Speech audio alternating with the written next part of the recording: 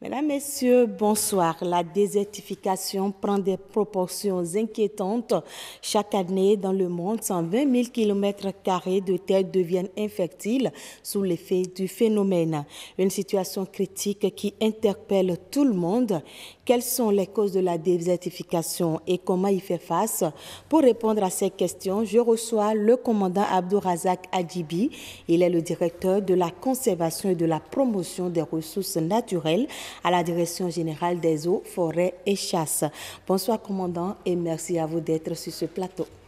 Bonsoir, madame. Le plaisir est à moi. Le plaisir est partagé également. Dites-nous déjà, qu'est-ce que c'est que la désertification? Alors, merci, madame. Dans l'esprit du commun des mortels, Oui. lorsqu'on parle de désertification, on voit l'extrême nord du pays, on voit le Sahel, on voit le Sahara. Mais en réalité, la désertification n'est qu'un processus. C'est le processus de dégradation des terres. Dégradation qui a pour conséquence la baisse de la productivité de ces terres-là. Donc, ce n'est pas un phénomène naturel. C'est bien un phénomène naturel, mais qui est accentué par les activités humaines. Quelles sont alors les causes de ce phénomène alors? Quand on parle d'activités humaines, qu'est-ce que vous mettez dedans? Les activités humaines. Oui. Et chez nous, les forestiers parlent souvent de faire feu dans. Ça veut dire? Faire feu dans, qui sont les facteurs de dégradation des ressources naturelles. Voilà. Quand nous parlons de faire, vous voyez, lorsqu'on veut, pour détruire une ressource, Oui. pour détruire un arbre, pour couper un arbre, pour détruire le sol, on utilise le fer qui est l'outil que nous utilisons le plus souvent. Les coupes-coupes, la hache et voilà, autres. les machines Voilà. et autres. Les dents font allusion au broutage, au pâturage. Et le feu, traditionnellement, vous savez que nous faisons ce qu'on appelle l'agriculture itinérante sur brûlé. Oui. Et on dévaste une zone forestière, on utilise le feu pour détruire Les mauvaises herbes et autres. les arbres, les mauvaises herbes. On met le feu, après quelques années de production, on se déplace. Et on avance. Et on avance. Et on laisse le désert Et on derrière. laisse le désert, le processus de désertification, j'allais dire, derrière. Donc, pour être plus concret, Oui. parlant des causes, vous verrez en l'agriculture, par exemple. En agriculture? L'agriculture, avec l'utilisation des engrais chimiques, des pesticides, des intrants et non recommandés, j'allais dire l'utilisation abusive des intrants. Vous avez l'exploitation des ressources forestières à travers la production de bois d'œuvre, le bois de chauffe, le bois de service, le charbon de bois. Tous ces éléments-là sont bien sûr utiles à l'homme. Mais lorsque la production, le prélèvement n'est pas encadré, ça conduit à la désertification. Oui. Est-ce qu'il y a une différence? Parce qu'on entend parler, les gens disent dégradation des terres, on parle de désertification, on parle de sécheresse. Quel lien y a-t-il entre ces trois mots déjà? Alors, quand on parle de désertification, oui, il faut voir la dégradation des terres. Voilà. C'est la dégradation des terres qui conduit à la désertification. Le désert étant l'étape ultime de cette dégradation-là. Voilà. Et la dégradation a pour corollaire la sécheresse. La dégradation a pour corollaire la sécheresse. Voilà un peu le lien qu'on peut faire entre ces trois éléments. Voilà. Maintenant, quand il y a désertification, quelles sont les conséquences sur l'environnement et sur la sécurité alimentaire et l'homme que nous sommes? J'ai parlé tantôt d'agriculture, oui. J'ai parlé d'exploitation forestière. La terre, en fait, est le support de la production. Et toute la vie de l'homme dépend de cette terre-là. Donc si la productivité de la terre est entamée, c'est que la survie de l'homme même a des problèmes. Vous voyez, lorsque un sol est dégradé, la production diminue, donc les rendements agricoles diminuent et on n'a plus suffisamment de ressources naturelles pour satisfaire les besoins des populations qui sont sans cesse croissantes. Donc, conséquence, il y a un conflit qui naît autour des ressources, des ressources disponibles. Oui. Et ces conflits, dans certaines zones, engendrent même des guerres. Il y a ça, c'est la conséquence, j'allais dire, ultime du processus de désertification. Mais à côté de ça, il y a la perte de la diversité biologique, puisque les sols ne produisent plus. Donc, les espèces qui n'arrivent plus à supporter la concurrence disparaissent. Oui. Le sol étant dégradé, la composition même, la structure, la texture, la composition chimique, la composition biologique de ce sol-là est modifiée. Du coup, il y a des espèces, aussi bien végétales qu'animales, qui n'arrivent plus à supporter ces conditions-là et du coup disparaissent. Donc la biodiversité disparaît à cet endroit. À cet endroit. Voilà, sans compter l'accélération du processus de variation climatique. Donc, la désertification agit également sur le climat. Bien sûr. Voilà. Le climat est une cause de la désertification, mais la désertification augmente les effets néfastes des changements climatiques. Vraiment, hein? C'est tout un processus. C'est tout un processus. Voilà. Maintenant, quand on prend notre pays, le Bénin, quel est l'état des lieux de la désertification? Parce que notre pays, quand même, est touché également par le phénomène. Quand on évolue un peu vers le nord et tout, quel est l'état des lieux qu'on peut faire de la désertification au Bénin? Je vais rectifier tout de suite. Okay. Ce n'est pas le nord. Ce n'est pas le nord. C'est ce que je disais tantôt. Quand on parle de désertification, on ne voit que l'extrême nord. Mais tout à côté de nous, quelles sont alors les régions qui sont touchées? Le processus de désertification. Lorsque vous constatez une dégradation des terres, les rendements agricoles baissent considérablement, c'est que le processus de désertification est en train de s'installer. Et dans ce sens, on parle de poches de désertification, par exemple à Djidja, même dans l'Atlantique, il y a des poches de désertification. Donc, quand on parle de désertification, il ne faut pas seulement voir le nord, mais à côté de nous, oui, il y a ce processus-là qui est en cours. Et cela appelle à plus d'attention par rapport à ce processus. On peut avoir un peu une idée des régions déjà qui... Vous avez parlé de Djidja. Est-ce qu'il y a d'autres régions dans le sud, dans le centre également et dans les autres régions du Bénin? Mais vous prenez même la zone de Calavi à côté, là, à Bomé-Calavi. Il y a la désertification à Calavi. Il y a des régions où vous mettez le maïs en terre Ça ne pousse pas. Mais ça ne pousse pas. Ou bien ça pousse, ça ne produit pas.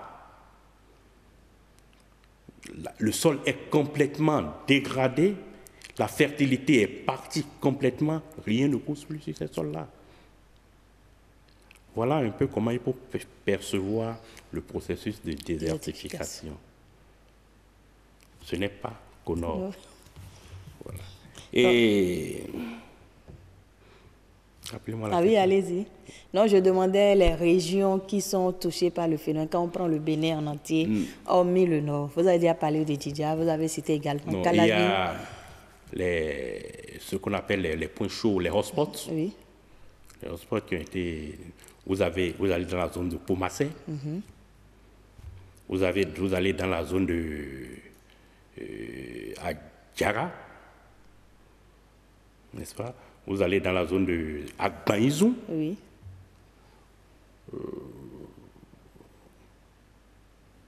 Covey. Je monte, hein? Oui, je vois.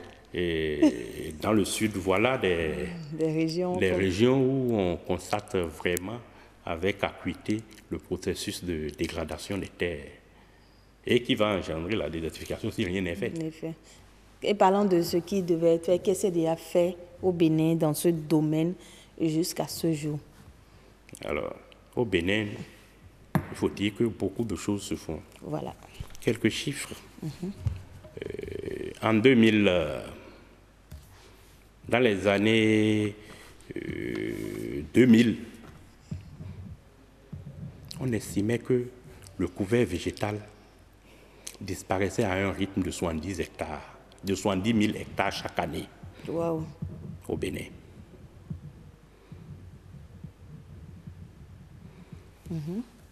2010,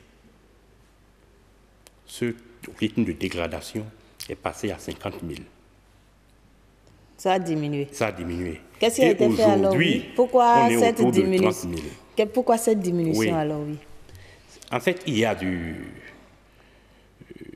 travail qui est fait. Vous savez, depuis 1986, j'allais dire, le feu président Mathieu Kérékou a déjà perçu les risques que courait le pays et a initié la journée nationale de l'arbre. Cette journée nationale qui lance la campagne de reboisement. Oui. En dehors de cette journée, au niveau, le Bénin a ratifié plusieurs conventions et est partie prenante, célèbre plusieurs journées au niveau international.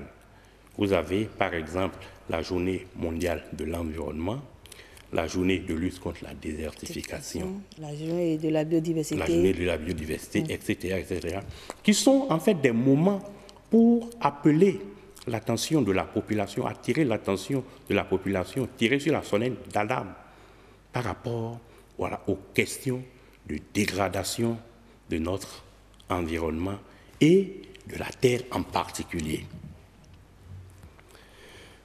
Alors, tout récemment, au niveau politique, le Bénin fait partie des premiers pays qui ont élaboré leur politique de haut niveau. C'est-à-dire? En matière de neutralité de la dégradation des terres. Est-ce que vous pouvez expliquer un peu cette politique? Voilà. La neutralité de la dégradation en matière de dégradation des terres, c'est un concept qui veut que, à défaut de restaurer, à défaut d'éviter de détruire, que le rythme de destruction et de reconstitution soit à peu près au même niveau. Donc, en réalité, zéro dégradation. Voilà. Quand on fait le bilan, on arrive à zéro dégradation. Mais est-ce que c'est possible d'arriver à ce zéro dégradation-là? C'est bien possible. C'est bien possible à travers les actions, ce que nous appelons des actions d'évitement. Des actions d'évitement. et de l'autre côté des actions de restauration. Évitement, c'est qu'il faut éviter de détruire ce qui est là. Et au Bénin, les actions fortes sont menées aujourd'hui pour limiter la destruction de nos ressources. Quelles sont ces actions de façon plus Au niveau concrète? de l'administration forestière, par exemple, nous avons entrepris depuis quelque temps à sortir de nos forêts classées tous les occupants illégaux. Et parce que les gens pillent également les forêts classées. Bien sûr. Qu'ils vous souviennent, lorsque je parlais des causes de la dégradation, en plus de l'agriculture, j'ai parlé de l'exploitation des ressources forestières. Oui. Donc, au-delà de cette action qui est menée, c'est qu'au niveau normatif, il y a des tests qui sont prises aujourd'hui. Vous n'êtes pas sans savoir qu'aujourd'hui, il est interdit l'exploitation du bois dans nos forêts classées. Oui. Vous n'êtes pas sans savoir qu'aujourd'hui, l'exportation du bois d'essence naturelle, qui pousse naturellement dans nos forêts, est interdite. Et même les arbres issus de plantations, le bois issu de plantations est suffisamment taxé. Est-ce que toutes ces mesures-là amènent les riverains et autres à se ressaisir et à prendre conscience de l'importance de la préservation de nos terres aujourd'hui? Bien sûr. De toute façon, nous sommes là pour décourager ceux qui ne vont pas respecter la législation en la matière. Est-ce qu'il y a des sanctions? Que prévoit la législation et quelles sont les sanctions prévues pour ceux qui vont enfreindre la loi? Il serait fastidieux ici de vous décrire tout ce que... Non, de façon globale. Oui, de façon globale, oui. C'est ce que j'étais en train de dire. L'exemple qui me vient à la tête, c'est ce qui s'est passé tout récemment au niveau de la forêt classée de AS, de la Liborie supérieure. Oui. Ça s'est passé il y a moins de mois, où une opération de ratissage a permis de sortir de la forêt classée de la Liborie supérieure un certain nombre d'occupants illégaux. Et certains ont été appréhendés et ont été traduits devant les tribunaux et ont été sanctionnés. Il y en a dont les infractions sont moindres et qui ont payé des amendes dans les caisses de l'État. Donc, des efforts sont faits et des efforts considérables. Voilà. Il faut que de plus en plus, nous en parlions. Parce qu'en général, on ne sait pas ce qui est fait. Voilà, c'est pour ça qu'on vous offre cette tribune pour parler un peu de ce que le gouvernement fait. Maintenant, dites-nous, quelles sont les possibilités de restauration des terres que nous avons? Vous avez parlé de restauration tout à l'heure et d'évitement. On a parlé d'évitement. Maintenant, par rapport à la restauration, qu'est-ce qu'il faut faire? Oui. À la restauration, c'est déjà de commencer par faire une agriculture intelligente. Voilà, c'est-à-dire une agriculture intelligente, c'est une agriculture avec une utilisation rationnelle d'intrants, une agriculture qui vise à accroître les rendements sur une petite superficie plutôt que d'accroître la production à travers l'augmentation des superficies. Voilà. Et ça, le ministère de l'Agriculture, en particulier le ministère de l'Agriculture, principalement les agences territoriales de développement, sont aujourd'hui dans cette dynamique-là.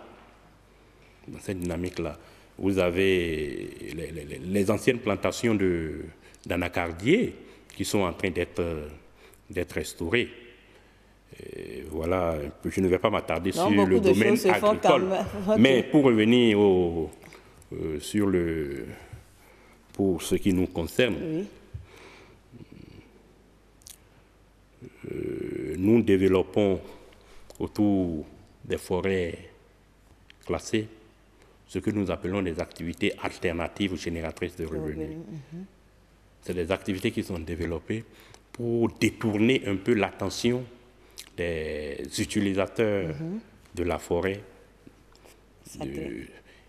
les amener à s'occuper d'autres choses plutôt que de s'occuper de ces forêts-là, à détruire la forêt. Voilà. Et il y a des actions d'amélioration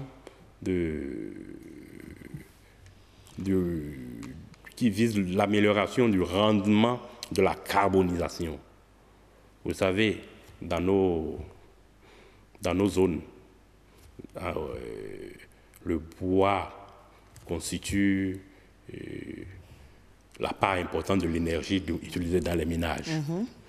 D'accord. Je crois que vous avez entendu parler du projet Bois de Feu. Oui. Il y a eu plusieurs phases. Oui. Vous avez entendu parler du projet d'appui à la gestion des forêts communales. Voilà. Vous avez entendu parler du projet de gestion des forêts et terroirs riverains. Alors, plein de projets pour éviter un peu la désertification, voilà, et la dégradation. Pour améliorer. Oui, on ne va pas mettre un terme à cet entretien sans parler du thème de la journée internationale de la désertification qui a eu lieu le 17 juin dernier. On a dit la terre de la valeur, investissez-y. Qu'est-ce qu'on peut comprendre par ce thème rapidement et comment on peut investir dans la terre?